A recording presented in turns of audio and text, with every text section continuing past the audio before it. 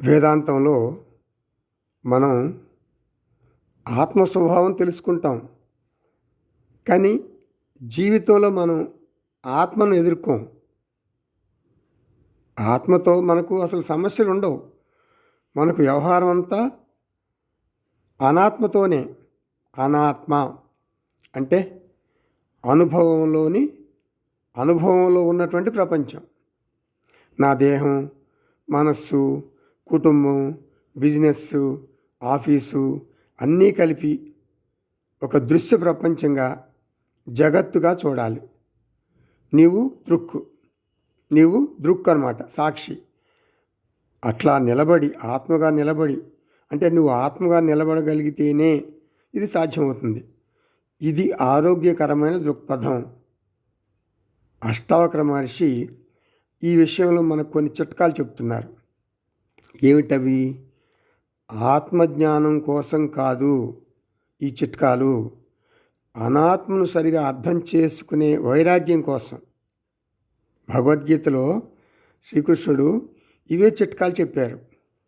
అవ్యక్తాదీని భూతాని వ్యక్తమధ్యాని భారత అవ్యక్త నిధనాన్ ఏవ తత్ర కా పరిదేవన. అర్థం ఏమిటి ఈ శ్లోకానికి? పుట్టటానికి ముందు నీకు ప్రాణులు కనపడవు, మరణించిన తర్వాత ఈ ప్రాణులు కనపడవు. జనన మరణాల మధ్యలో నీకు ఇంద్రియ గోచరంగా ఉంటాయి. ఈ మాత్రం దానికి శోకిస్తావు ఎందుకు అర్జున? ఈ విషయం అర్జునుడు కాబట్టి మనం అంగీకరిస్తాం. అష్టావక్ర మహర్షి అంటారు, నీ దేహం, నీ కుటుంబం, నీ బంధుమిత్రుల విషయంలో నీకు ఇదే దృక్పథం ఉండాలి. జగత్తు స్వభావం వ్యక్తం అవ్యక్తం, యదృశ్యం తన్నశ్యం. బుద్ధిపరంగా ఎందుకు అని అడగవద్దు. నీవు దేన్ని పట్టుకుని వేలాడకూడదు.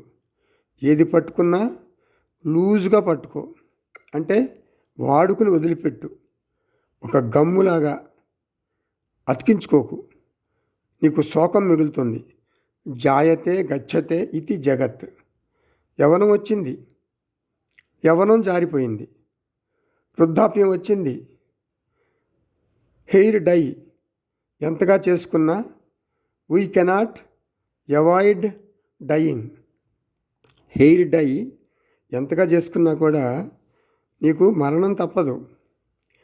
Dying the hair cannot stop dying. Dying the hair cannot stop dying.